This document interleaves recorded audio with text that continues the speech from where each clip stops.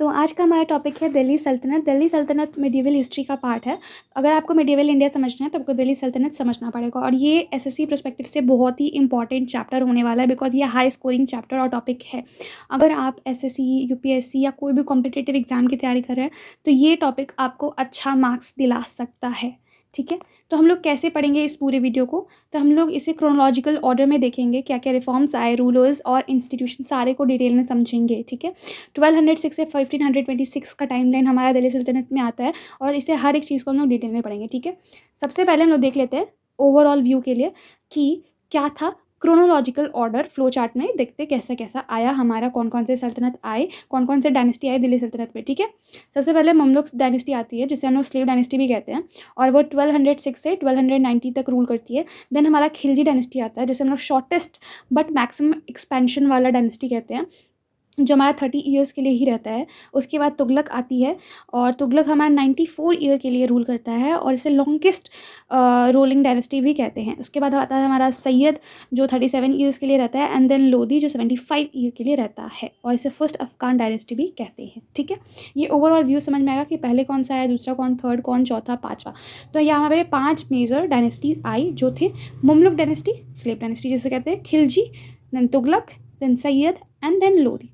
So let's begin. सबसे पहले हम समझ लेते हैं फॉरेन इन्वेजन्स इंडिया में कौन कौन से हुए, जो एक कारण बने दिल्ली सल्तनत के क्या कहते हैं, फॉर्मेशन के लिए। ठीक है, हमारा 3 मेजर इन्वेजन हुआ था 500 साल के अंतर्गत में। हमारे 3 बार मेजर इस्लामिक इन्वेजन्स हो रखे थे। ठीक है, कौन कौन से हुए? सबसे पहला जो था वो अरब्स, फर्स्ट जो हुआ इस्लामिक इन्वेजन वो अरब के द्वारा हुआ था, वो मोहम्मद बिन कासिम ने किया था।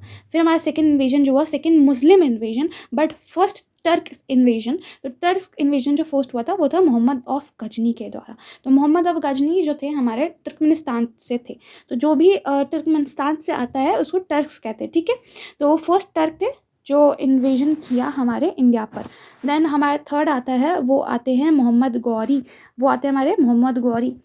मोहम्मद गौरी सेकंड टर्क थे, बट थर्ड इन्वेजन था हमारा। ठीक है, कंफ्यूज नहीं जाइए, डिटेल में समझते हैं।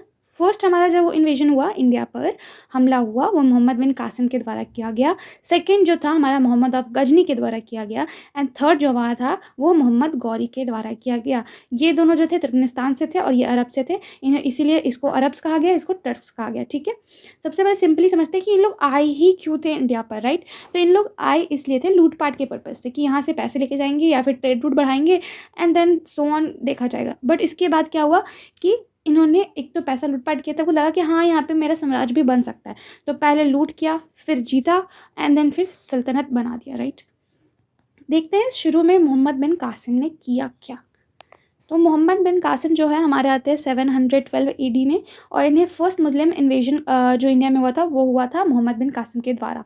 Invaded the Sindh region of India. Sindh region जो पाकिस्तान वाला रीजन होता है, मान लीजिए ये हमारा इंडिया है, तो यहाँ पर जो सिंध वाला ऊपर में एरिया है, वहाँ पर आते हैं हमारे मोहम्मद बिन कासिम, एंड वो डिफीट करते हैं और मारते हैं राजा दाहिर को, जो वहाँ पर सिंध रीजन में रूल कर रहे थे, और वही लास्ट हिंदू रूलर थे सिंध के। तो इन्होंने मारा राजा दाहिर को, और इन्होंने इंट्रोड्यूस किया जिज़िया सिस्टम। जिज़िया सिस्टम क्या होता है? जिज़िया जो होता है एक टैक्स है, ठीक है, एक स्पेशल टैक्स है जो नॉन मुस्लिम के द्वारा दिया जाता है, प्रोटेक्शन अंडर इस्लामिक रूलर। तो एक बताइए, एक इस्लामिक रूल हो रहा है आपके एरिया में और आप एक नॉन मुस्लिम हैं, तो आपको एक टैक्स देना पड़ जाएगा, क्योंकि आप एक तो हिंदू है या फिर कोई और रिलीजन के हैं, तो आप मुस्लिम तो है नहीं, तो आप इस्लामिक यहाँ पे रूलर बैठा हुआ है, तो आपको इसके लिए आपको थोड़ा सा कष्ट सहना पड़ेगा, आपको टैक्स देना पड़ेगा, और उसी टैक्स को हमने नाम दिया जिज़िया। ठीक है, उस टैक्स को हमने नाम दिया जिज़िया। तो रीज़न क्या था? Arabs wanted to expand their trade routes. एक तो अरब जो थे वो इंडिया में यहाँ पर हमारा ट्रेड रूट बढ़ाना चाहते थे, तो इसलिए यहाँ पे लूटपाट के पर्पज़ से यहाँ आए और ट्रेड वर्ड करने के लिए रूट बढ़ाएंगे, यहाँ पे आन जान का सिस्टम करेंगे। बट फिर धीरे धीरे उनका एक रीजनल इन्फ्लुएंस बढ़ते गया, और फिर उसके बाद आप जानते क्या हुआ। ठीक है, तो मोहम्मद ऑफ गजनी जो हमारा सेकेंड इन्वेजन हुआ था, इस्लामिक इन्वेजन, और फर्स्ट टर्क इन्वेजन हुआ था, वो इनके द्वारा किया गया था। और इनको टर्क कहा जाता है, और टर्क जो होते हैं वो तुर्कमेनिस्तान से आए हुए लोगों को कहते हैं। इनकी कोर्ट लैंग्वेज थी पर्शियन, पर्शियन लैंग्वेज थी मोहम्मद अफ गजनी की कोर्ट लैंग्वेज। इन्होंने 17 बार इंडिया पे अटैक किया, 17 टाइम्स, लाइक 17 टाइम्स अटैक किया उन्होंने। बट हमको क्या 17 याद रखना है? नहीं याद रखना है, एग्जाम में हमारा फर्स्ट और 16th पूछा जाता है, फर्स्ट एंड 16th पूछा जाता है। तो फर्स्ट जो हुआ था हमारा 1001 AD में हुआ था, जिसमें उन्होंने राजा जयपाल को डिफीट किया था बैटल ऑफ पेशावर में। तो बैटल ऑफ पेशावर किसके बीच में हुआ था?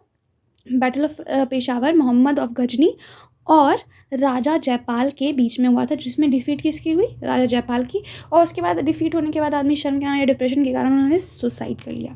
देन आफ्टर 16th हमें याद रखना है, जो 1025 AD में हुआ था, और ये सोमनाथ टेम्पल पे हुआ था। उन्होंने डिस्ट्रॉय करने का कोशिश किया सोमनाथ टेम्पल को, और फिर उसने लूटने वूटने का काम किया। तो आपको याद रखना है, फर्स्ट हमारा जो हुआ था बैटल ऑफ पेशावर हुआ था, 16th हमारा सोमनाथ पर अटैक हुआ था, एंड देन 17th पे वो लास्ट अटैक था जो हमारा हुआ था मोहम्मद ऑफ गजनी के द्वारा। ठीक है, याद रखने वाली बात क्या है कि इसमें ना इसी के टाइम के बीच में यहाँ पे द बैटल ऑफ वाहिंद हुआ था, बैटल ऑफ वाहिंद हुआ था। ठीक है, वाहिंद क्या हुआ था?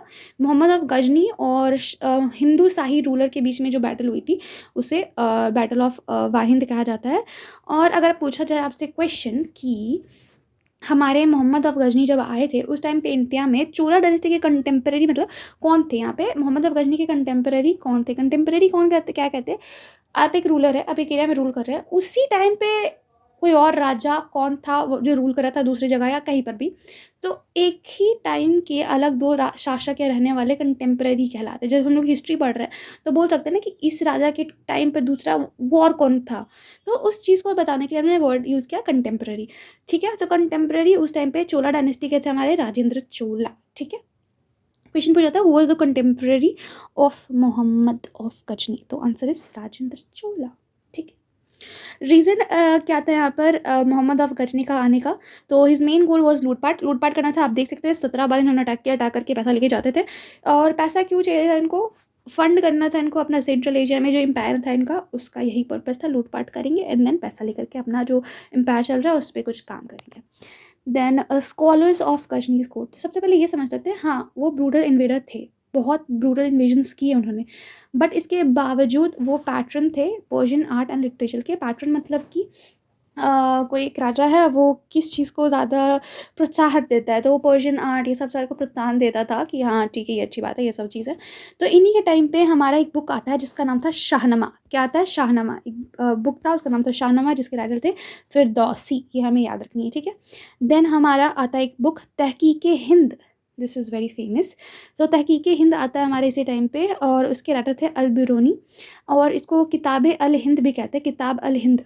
ठीक है, किताब अल हिंद भी कहते हैं तहकीक हिंद को, और इसके राइटर थे अल-बिरूनी। तो अल-बिरूनी की एक खास बात थी जो उन्होंने पूरा इंडिया को ट्रैवल किया एंड देन इन्होंने बहुत ही डीपली लिखा Indian culture and science society के बारे में तहकीक हिंद में। ठीक है, नेक्स्ट हमारे आते हैं मोहम्मद गौरी, जो 1175 AD से 1206 AD तक थे। तो इनका क्या था? ये सेकंड टर्क इन्वेडर थे, है ना, और इनका पर्शियन नाम था मुइज़्ज़ल दीन मोहम्मद। ठीक है, मुझे पता है मैं करेक्ट प्रोनाउंशिएट नहीं कर पा रही हूँ, बट आप देख सकते हो इनका नाम था मुइज़्ज़ल दीन मोहम्मद। ठीक है, अर्ली डिफीट मिली इन्हें, क्या मिली? 1178 AD में मिली गुजरात में। तो किनके द्वारा मिली? Mula Raja second, Bhima second and Naiki Devi के अंतर्गत इन्होंने जो यहाँ पे इन्वेजन करने का कोशिश किया, वहाँ पे इनको डिफीट मिला। लेकिन फिर उन्होंने दिल्ली को टारगेट किया, जो उस टाइम पे पृथ्वीराज चौहान रूल कर रहे थे। तो यहाँ पे जो था ना, क्या हुआ? बैटल ऑफ तैरान हुआ। ठीक है, फर्स्ट तैरान जो बैटल ऑफ तैरान था उसमें पृथ्वीराज जीत गए, और सेकंड जो बैटल ऑफ तैरान हुआ वो उसमें गौरी जीता, और किसकी हेल्प से जीता? कुतुबुद्दीन ऐबक की हेल्प से जीता। तो हम लोग ओवरऑल समझते पहले अच्छे से सिंपली कि गुजरात में उन्होंने कोशिश किया, तो उस टाइम पे Mularaj second and Bhima second and Naiki Devi के अंतर्गत उनको हार मिला, उन्हें कुछ सक्सेस नहीं मिला। फिर उन्होंने दिल्ली को टारगेट किया, जो दिल्ली पृथ्वीराज चौहान उस टाइम पे रूल कर रहे थे, और यहाँ पर फिर उसी के टाइम पे उन्होंने जब टारगेट किया तो बैटल हुआ। बैटल जो हुआ उसको कहते हैं बैटल ऑफ तैरान। ठीक है, तो बैटल ऑफ तैरान जो फर्स्ट बैटल ऑफ तैरान था उसमें पृथ्वीराज जीत चुके थे, बट फिर सेकंड भी उसने मोहम्मद गौरी ने कोशिश किया, और उस टाइम पे गौरी जीत गया कुतुबुद्दीन ऐबक की हेल्प से। कुतुबुद्दीन ऐबक उसका स्लेव था। ठीक है, एक और चीज़, एक बात करने की चीज़ है, Delhi was originally established as a capital by Angpal Tomar. Angpal Tomar के द्वारा पहले ही दिल्ली जो था हमारा एक कैपिटल ओरिजिनली इस्टेब्लिश किया हुआ था। ठीक है, reason, unlike Ghazni, Ghori wanted a permanent साम्राज्य एम्पायर इन इंडिया। तो देखिए समझिए, गजनी जो था, मोहम्मद बिन कासिम थे, उनका सिर्फ लूटपाट का ही एक था कि हम लोग आएंगे, हम लोग लूटपाट करेंगे एंड चल जाएंगे, हम लोग को पैसे से मतलब है। बट मोहम्मद गौरी जो था, उनको पैसा नहीं चाहिए था, उनको एक एम्पायर सेटल करना था इंडिया में, साम्राज्य सेटल करता था, ठीक है। सो कंसोलिडेशन ऑफ गौरीज एम्पायर कैसे शुरुआत होती है, क्या क्या होता है, ये हम लोग रखते हैं इसमें। तो क्या होता है, the fall of Jaichand and the epic of Chauhan. तो उस टाइम पे एक राजा होते हैं जिनका नाम है राजा जयचंद, ठीक है। और उन्होंने हमारे गौरी को इन्वाइट किया होता है पृथ्वीराज चौहान को अटैक करने के लिए, उस पर अटैक करने के लिए। जैसे वहाँ पे दिल्ली पे राज कर रहे थे पृथ्वीराज चौहान, तो ये चाहता था जयचंद कि आए ये गौरी और उस पर अटैक करे और जीते, और उसके बाद फिर इसको दे दे, सौंप दे। पर ऐसा नहीं होता है। होता ये है कि गौरी आता तो है, पृथ्वीराज चौहान को हटाता तो है, पर अब वो राजा जयचंद को भी हराता है। कैसे होता है, एक बैटल होती है जिसका नाम है बैटल ऑफ चंदावर या चंदावर, जो 1194 एडी में लड़ा जाता है, जो 1194 एडी में लड़ा जाता है मोहम्मद गौरी और राजा जयचंद के बीच में, जिसमें जो गौरी होता है वो राजा जयचंद को हरा देता है। तो बुलाता तो वो पृथ्वीराज चौहान को अटैक करने के लिए है, पर वो बेचारा खुद भी मर जाता है। तो इम्पॉर्टेंट लिटरेचर जो इसके टाइम पे हुए थे, कोर्ट पोएट था इसका चंद बरदाई। चंद बरदाई यहाँ पे कोर्ट पोएट था, ठीक है, जिसने एपिक पोएम लिखा पृथ्वीराज के बारे में, पृथ्वीराज रासो, ठीक है। According to the poem, Prithviraj Chauhan married Sanyogita daughter of Jaichand. इसके पोएम के अकॉर्डिंग अगर देखा जाए तो जो जयचंद जो मारा गया था हमारा चंदावर में, या मतलब डिफीट जो हुआ था उसका, उस टाइम पे जो उसकी डॉटर थी संयोगिता, उससे हमारा पृथ्वीराज चौहान का शादी होता है। सिंपल ये समझ सकते हैं, winning Tarain and Chandawar gave Turks complete control over northern India. तो हम लोग देख सकते हैं, पहले जो गजनी आया, उसके बाद फिर ये गौरी आया, तो गौरी का मेन पर्पस यही था कि हम लोग अपना एम्पायर सेटल करेंगे, और वैसा ही हुआ। उसने बैटल ऑफ तेहरान लड़ा पृथ्वीराज चौहान के खिलाफ यहाँ पर, ठीक है। और उसके बाद फिर वो जीत गया, उसके बाद बैटल ऑफ चंदावर हुआ, वो भी जीत गया। तो वहाँ पे जो रूलर थे उसको हरा दिया। तब इसका यही हुआ, टर्क को कंप्लीट कंट्रोल दे दिया नॉर्दर्न इंडिया पे, उसका राज होने लगा। तो यहीं से हमारा दिल्ली सल्तनत का शुरुआत होता है। गौरीज death and rise of sleeves, the official foundation of Delhi सल्तनत। तो इसमें क्या होता है कि गौरी जो होता है वो मर जाता है बिना किसी बेटे के, मतलब उसका कोई साम्राज्य आगे बढ़ाने के लिए कोई बेटा जेटा नहीं होता। तो उसने क्या किया था, पहले ही उसने अपने स्लेव्स को ट्रेन रखा था एज जनरल्स। तो उन्होंने ट्रेन किया था टैलेंटेड टर्किश स्लेव्स, जिसे स्लेव्स को टर्किश में कहते हैं ममलुक्स। तो इसीलिए ममलुक डायनेस्टी रखाया गया, स्लेव डायनेस्टी रखाया गया। तो उसने अपना जो वास्ट एम्पायर था वो अपने स्लेव्स के बीच में बांट दिया, स्लेव्स के बीच में बांट दिया, ठीक है। तो इनके स्लेव्स क्या क्या थे, पहले स्लेव थे जो हमारा तजुद्दीन यल्दीज, दूसरे थे हमारे Nasir ad-Din Qabacha, then Bakhtiyar Khilji and then Qutubuddin Aibak. इन टोटल के 4 स्लेव्स थे जिन्होंने जिसमें ये बांटा अपना एम्पायर, जिसमें जो तजुद्दीन यल्दीज थे उन्हें गजनी मिला, मतलब कि ये वाला एरिया, ठीक है। फिर नसीर अद-दीन कबाचा, उनको मुल्तान और उच्च मिला यहाँ पर। Bakhtiyar Khilji conquered Bihar and Bengal. तो जो बख्तियार खिलजी था वो बिहार और बंगाल को यहाँ पे कॉन्कर करता है। और वही जो था, बहुत ही इंपॉर्टेंट यहाँ पर याद रखिए, नालंदा जो यूनिवर्सिटी थी उसको डिस्ट्रॉय किसने किया था, बख्तियार खिलजी, जो स्लेव था गौरी का, ठीक है। और कुतुबुद्दीन ऐबक जो मैनेज इंडिया टेरिटरी, जो यहाँ पे आगे में देखेंगे जो दिल्ली सल्तनत था, वो जो कुतुबुद्दीन ऐबक ने ही शुरू किया। तो ये मैनेज इंडिया टेरिटरी जितने भी थे वो यहाँ पे कुतुबुद्दीन ऐबक ने देखा। एंड फिर यहाँ पे जो और भी पार्ट थे जो गौरी के अंदर आते थे, उसने जैसे गजनी था वो ये इसने ले लिया। फिर जो मुल्तान उच्च का रीजन था यहाँ पर का, वो नसीर अद-दीन कबाचा ने ले लिया। बख्तियार खिलजी जीतता है बिहार और बंगाल को, जिसमें उसने नालंदा यूनिवर्सिटी को डिस्ट्रॉय किया। एंड देन कुतुबुद्दीन ऐबक, जो कुतुबुद्दीन ऐबक था, वो इंडियन टेरिटरीज को संभालता है। Simple Aibak's share of the empire officially started the slave dynasty.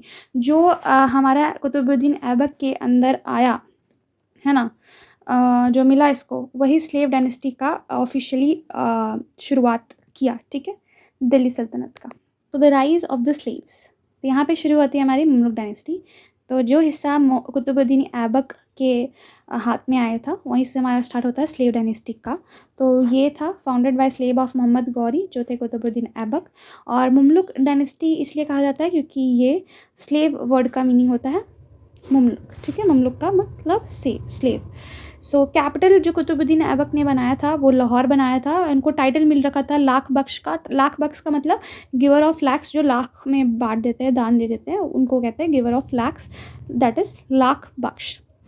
इन्होंने कंस्ट्रक्शन शुरू किया था कुतुब मीनार का, ठीक है। कंस्ट्रक्शन जो शुरू हुआ था कुतुब मीनार का वो कुतुबुद्दीन ऐबक के द्वारा किया गया था। कुतुब मीनार का जो रखा गया था नाम सूफी संत कुतुबुद्दीन बख्तियार काकी के नाम पर, ठीक है। इनके गुरु थे कुतुबुद्दीन बख्तियार काकी, तो उन्हीं के नाम पे यहाँ पे कुतुब मीनार बना गया। और यही इन्होंने एक और भी आर्किटेक्चरल स्ट्रक्चर बनाया था, वो था 2.5 दिन का झोपड़ा, ठीक है।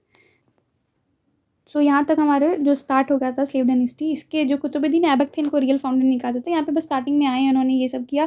देन आफ्टर जो रियल फाउंडर कहलाते हैं वो कहलाते हैं हमारे इल्तुतमिश। इल्तुतमिश ये हमारे 1211 से 1236 तक रहते हैं हमारे। इनका नाम था शमशुद्दीन इल्तुतमिश। तो यहाँ इन्होंने क्या क्या एडमिनिस्ट्रेटिव फंक्शन कराया, क्या क्या कराया देखते हैं। इन्होंने लागू किया इक्ता सिस्टम का। इक्ता सिस्टम क्या होता है? Land grants given to military commanders to maintain to troops. देखिए आपका जो मिलिट्री कमांडर्स ये सब थे उनको पैसा ना दे करके इन्होंने लैंड दे दिया गया कि आप ऐसे आप ट्रुप्स को संभालिए वगैरह वगैरह कीजिए तो आपको एक लैंड मिल जाएगा, लैंड का टुकड़ा मिल जाएगा। तो ऐसा इक्ता सिस्टम यही होता है। इक्ता सिस्टम के अंदर लैंड ग्रांट किया जाता है मिलिट्री कमांडर्स को। मिलिट्री कमांडर जिसको इक़्तदार्स या मुक्तीज़ भी कहा जाता है। क्यों दिया जाता है? ट्रुप को मेंटेन करने के लिए, सारी चीज़ को मेंटेन करने के लिए आपको लैंड दिया जाएगा, ठीक है। एक और चीज़ इन्होंने शुरू की, तुर्कान इन चहलगानी। चहलगानी कहते हैं, चहलगानी सिस्टम, इसे चहलगानी सिस्टम भी कहते हैं। ये इस्टेब्लिश किया जाता है group of 40 loyal Turkish slaves या नोबल्स। 40 आपके नोबल्स होंगे, मेंबर जो जनरल्स होंगे, मिनिस्टर्स होंगे, वो स्लेव ही एक तरीके से हैं और वो लॉयल हैं, और वो 40 को एक ग्रुप में बांट दिया गया। और यही आपका सारा एडमिनिस्ट्रेटिव रिफॉर्म्स, ये सारी चीज़ें देखेंगे और इसी को कहते हैं चहलगानी सिस्टम, ठीक है। बेसिकली 40 लोग को बैठा करके आपको सारा अपना देखभाल करेंगे। ये सब आपके जितनी सारी चीज़ें हो रहे हैं इनको इंपॉर्टेंट नोबल्स कहा जाता है, इंपॉर्टेंट मिनिस्टर्स यही सब बनेंगे। तो यही थे, इन्होंने 2 सिस्टम लगाया, एक तो सिस्टम और चहलगानी सिस्टम, ठीक है। फिर he shifted capital from Lahore to Delhi. Iltutmish ने ही लाहौर से दिल्ली हमारा कैपिटल शिफ्ट किया and save Delhi from the wrath of Genghis Khan in 1221। तो क्या हुआ, तो उस टाइम पे चंगिस खान ना एक आदमी का पीछा करके आ रहा था और वो पनाह मांगा इल्तुतमिश से कि मुझे बचा लीजिए, बट उसने पनाह नहीं दी चंगिस खान के जो जिसको ढूंढ करके आ रहा था। वो उस आदमी को इल्तुतमिश में नहीं रोका, मतलब अपने पास नहीं रखा। तो एक तरीके से ये हुआ ना कि अगर रख लेते तो फिर चंगिस खान उससे भी बदला लेने के लिए अटैक कर देता दिल्ली पे, पर इन्होंने उस आदमी को नहीं रखा, तो एक तरीके से इन्होंने सेव किया, राइट। एक और बताते हैं, इकोनॉमिक इंजीनियरिंग इन्होंने क्या किया कि इन्होंने इंट्रोड्यूस किया प्योर अरेबिक कॉइनेज, जिसमें सिल्वर कॉइन को टंका कहते हैं और जो कॉपर कॉइन्स थे उसको जितल कहते हैं, ठीक है। 2 कॉइन्स इंट्रोड्यूस किए, टंका एंड जितल। तो सिल्वर वाले को टंका कहते हैं एंड कॉपर वाले को जितल कहते हैं, ठीक है। सो नेक्स्ट है हमारी रज़िया सुल्तान, डॉटर ऑफ इल्तुतमिश। मतलब ये जो थी इल्तुतमिश की डॉटर थी। माना जाता है जो इल्तुतमिश के और भी बेटे थे वो ज़्यादा कैपेबल नहीं थे रज़िया सुल्तान के कंपैरिजन में। रज़िया सुल्तान ज़्यादा कैपेबल थी दिल्ली सल्तनत को रूल करने के लिए, तो इसलिए इसे रूलर बनाया गया, ठीक है। She was the first and only female Muslim ruler of Delhi सल्तनत। दिल्ली सल्तनत की पहली और इकलौती रूलर थी, फीमेल रूलर, रज़िया सुल्तान, ठीक है।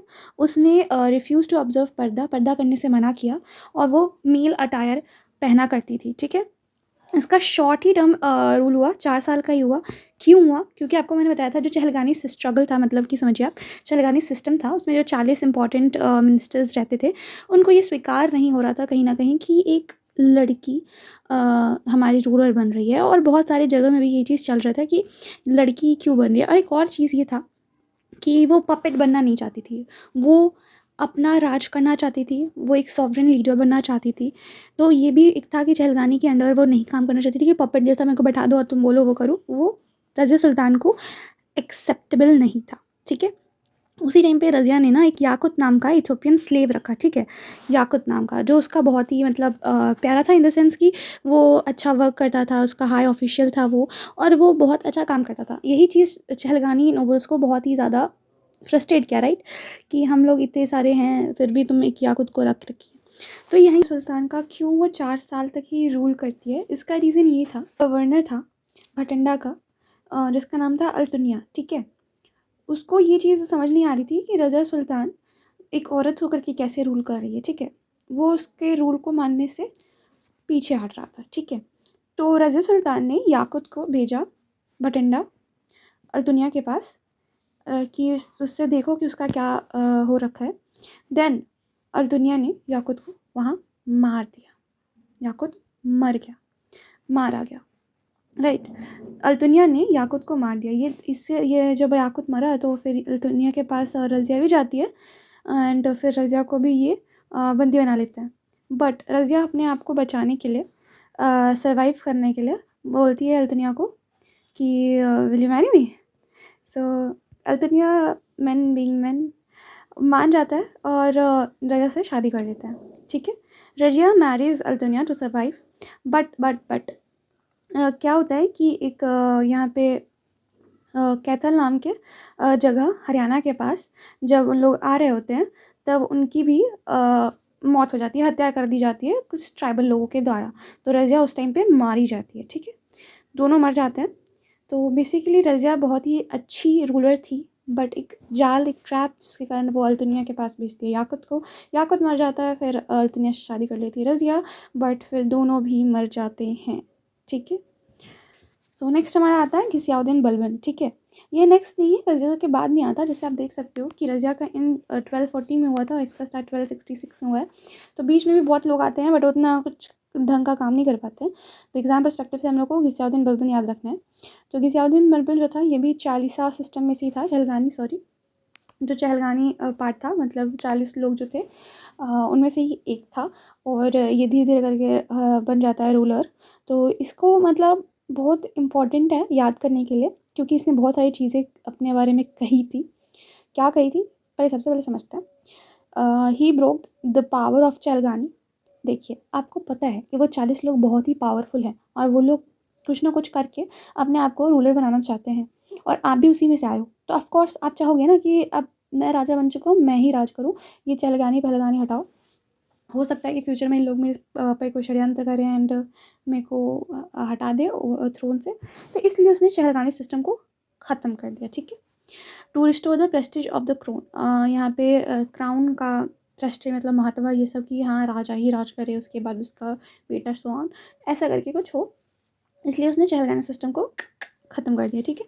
Adopted the blood and iron policy. What is blood and iron policy? So blood and iron policy means कि वो बहुत ही कड़े नियम रखते थे। मतलब कि आप अगर कोई गलती करोगे तो आपको सज़ा मिलेगी and you have to follow the rules. So this was Ghiyasuddin Balban's mindset.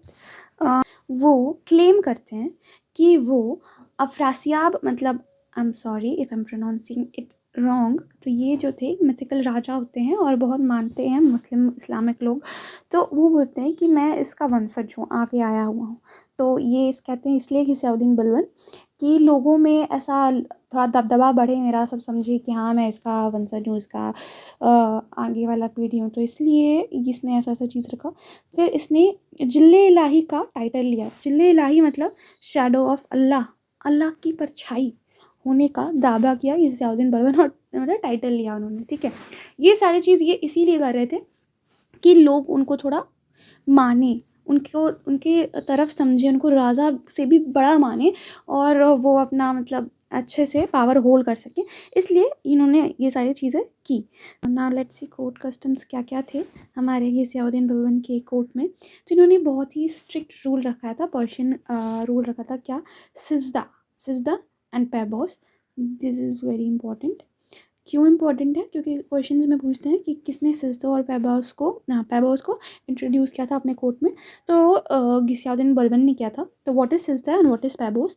सिजदा क्या होता है कि आप राजा के सामने गिर करके उसका पैर छूते हो, दिस इज़ कॉल्ड सिजदा। मतलब पैर छूते हो मतलब प्रणाम करते हो, आई एम सॉरी। तो वो सिजदा में आप किंग का आशीर्वाद लेने के लिए उसके पैरों में गिरते हो। एंड पैबोस मतलब उसके पैरों को चूमते हो। This is kind of system where you show respect to the ruler. तो ये दिखाया गया था, ये किया गया था घिसियाउद्दीन बलबन के कोर्ट में किया गया था कि whenever you come in front of the ruler you have to do sijda and paibos like to show the respect to the ruler, ठीक है। फिर इन्होंने क्या स्टार्ट किया, इन्होंने एक पर्शियन फेस्टिवल था जिसका नाम था नवरोज़, नवरोज़ या नौरोज़। ये हमारे घिसियाउद्दीन बलबन जी ने स्टार्ट किया था द फेस्टिवल नवरोज़, ठीक है। मिलिट्री रिफॉर्म इन्होंने क्या क्या रखा, तो मिलिट्री रिफॉर्म इन्होंने रखा था इन्होंने बहुत ही डेडिकेटेड मिलिट्री डिपार्टमेंट स्टार्ट किया जिसका नाम था दीवाने अर्ज़। तो दीवाने अर्ज़ हमारा मिलिट्री डिपार्टमेंट था। याद रखने वाली चीज़ है सिजदान पैबोस और जिले लाई का टाइटल। और ये किसके डिसेंट मानते थे अपने आप को, वो चेगानी सिस्टम को इन्होंने हटाया और अडॉप्ट किया बुलर्ड एंड आयरन पॉलिसी, ओके। फिर क्या होता है कि ये ममलुक डायनेस्टी या स्लेव डायनेस्टी कैसे ख़त्म होती है। तो जैसे बलवान जो होता है ना वो मर जाता है, फिर उसके बाद वीक सक्सेशन आते हैं, मतलब इसके बाद जितने भी सक्सेसर्स आते हैं वो ज़्यादा मतलब अच्छे नहीं होते हैं, मतलब संभाल नहीं पाते हैं, ठीक है, वो कमज़ोर होते हैं in terms of rule and regulations. So उसके बाद हमारा क्या होता है, एक कैकाबाद जो रूलर होता है उसको यहाँ पे हत्या कर दी जाती है धोखे से। तो फिर यहाँ पर ख़त्म हो जाता है ममलुक डायनेस्टी। बलवान मरता है, उसको कोई अच्छा सक्सेसर नहीं मिल पाता है स्लेव डायनेस्टी को। देन फिर कैकाबाद जो एक रूलर थे उनको यहाँ पर हत्या करके मार दिया जाता है धोखे से। फिर उसी टाइम पे हमारा राइज़ होता है खिलजीज़ का, rise of the Khiljis, the Khilji revolutions. So Jalaluddin Khilji, the founder, overthrows the Mamluk shortest ruling dynasty but achieved the maximum territorial expansion. तो यहाँ पे क्या होता है, जो खिलजी रेवोल्यूशन के मतलब खिलजी डायनेस्टी के सबसे पहले जो रूलर होते हैं उनका नाम होता है जलालुद्दीन खिलजी, ठीक है। जलालुद्दीन खिलजी जो थे फाउंडर थे और वो ओवरथ्रो करते किसे, मुमलुक्स को, मतलब स्लेव्स को, है ना। उसके बाद ये अगर माना जाए जो खिलजी डायनेस्टी है वो शॉर्टेस्ट रूलिंग डायनेस्टी है, ठीक है। पर इन्होंने मैक्सिमम टेरिटोरियल एक्सपेंशन किया दिल्ली सल्तनत में, ठीक है। फिर the ruler profile, Alauddin Khilji 1296 to 1326। जो ये जलाउद्दीन खिलजी थे फाउंडर थे, उसके बाद जो रियल फाउंडर समझेंगे ना तो रियल जो काम किया इन अलाउद्दीन खिलजी ने किया। ये थे नेफ्यू थे जलाउद्दीन खिलजी के और उन्होंने मर्डर कर दिया था टू टेक द थ्रोन, मतलब कि ये फाउंडर थे, इसके नेफ्यू थे हमारे अलाउद्दीन खिलजी और अलाउद्दीन खिलजी ने जलाउद्दीन खिलजी को मार दिया। क्यों, पावर के लिए, ऑफ कोर्स पावर के लिए तो ये सब करते ही हैं। तो इन्होंने मार दिया अपने ही मामा चाचा जो भी हो उनको। फिर इन्होंने टाइटल क्या लिया, सिकंदर सानी, सिकंदर सनी मतलब सेकंड अलेक्जेंडर, सिकंदर सनी, ठीक है। सेकेंड अलेक्जेंडर का टाइटल लिया अलाउद्दीन खिलजी ने। एंड इम्पेरियल शिफ्ट क्या क्या किया, first sultan to cross the Vindhyas and expand into the deep south Deccan. तो यहाँ पे से इधर भी यहाँ पे आए हमारे यहाँ पर अलाउद्दीन खिलजी। तो ये फर्स्ट सुल्तान थे जो विंध्य को पार करके यहाँ पे अपना साम्राज्य साउथ डेक्कन तक भी एक्सपेंड। नेक्स्ट टॉपिक है हमारा अलाउद्दीन्स इम्पेरियल एक्सपेंशन। इस स्लाइड में हम लोग पढ़ाई करेंगे कि अलाउद्दीन ने कैसे अपने साम्राज्य को एक्सपैंड किया था, कहाँ कहाँ जगह उसने एक्सपेंशन किए थे। इस चीज़ को पढ़ेंगे हम लोग अगले पार्ट में। क्यों पढ़ेंगे अगले पार्ट में, क्योंकि हम लोग चाहते हैं कि हिस्ट्री को बर्डन के तरीके से नहीं पढ़ें, हम लोग पढ़ें ऐसा कि हमें समझ रहे, याद रहे और एग्ज़ाम में हम लोग हाई स्कोर कर सकें, राइट। तो पार्ट 1 पार्ट 2 ऐसे सीरीज़ फॉर्मेट में पढ़ेंगे तो एक चीज़ का पढ़ाई करेंगे and then I have told you to use fat man और लिटिल बॉय, ठीक है। तो आप लिटिल बॉय का क्वेश्चन सॉल्व करके देखिए यहाँ तक के पार्ट का। अगर क्वेश्चन ईजिली सॉल्व हो रहा है आपसे तो बहुत अच्छी बात है, नहीं सॉल्व हो रहा है तो वीडियो को फिर से देखिए। एंड आई होप कि आपको ये सीरीज़ अच्छी लगी, ठीक है। इसमें हम लोग क्या कर रहे हैं कि सारे फैटमैन के और जैसे लिटिल बॉय की चीज़ है उसका हेल्प लेकर के हम लोग पार्ट बाय पार्ट करके सारी चीज़ों को पढ़ पाएंगे, ठीक है। जैसे मेडिवल हिस्ट्री हमने स्टार्ट किया तो we have started from Delhi Saltanat, right. तो दिल्ली सल्तनत पढ़ा, इतना देर पढ़ा, उसके बाद फिर हम लोग क्या करेंगे, लिटिल बॉय का उठाएंगे, क्वेश्चन सॉल्व करने का कोशिश करेंगे। क्वेश्चन अगर सॉल्व हो रहा है सो बहुत अच्छी बात है, नहीं हो रहा तो फिर से एक बार रिविजन करके हम लोग फिर से सॉल्व करेंगे। ऐसे सीरीज़ में पार्ट 1 पार्ट 2 करेंगे तो ये हमारे लिए बहुत ही हेल्पफुल होगा कि धीरे ही धीरे करके हम लोग सिलेबस कंप्लीट कर लेंगे और अच्छे से हमें याद भी रहेगा। तो आई होप कि आपको ये सीरीज़ अच्छी लगे and we will continue from tomorrow. And till then study well and enjoy. और ये सीरीज़ अगर आपको फॉलो करना है तो प्लीज़ लाइक करिए और चैनल को सब्सक्राइब कर लीजिए ताकि आप कोई भी वीडियो इस सीरीज़ का मिस ना कर सके। Till then study well and enjoy. Okay, bye bye.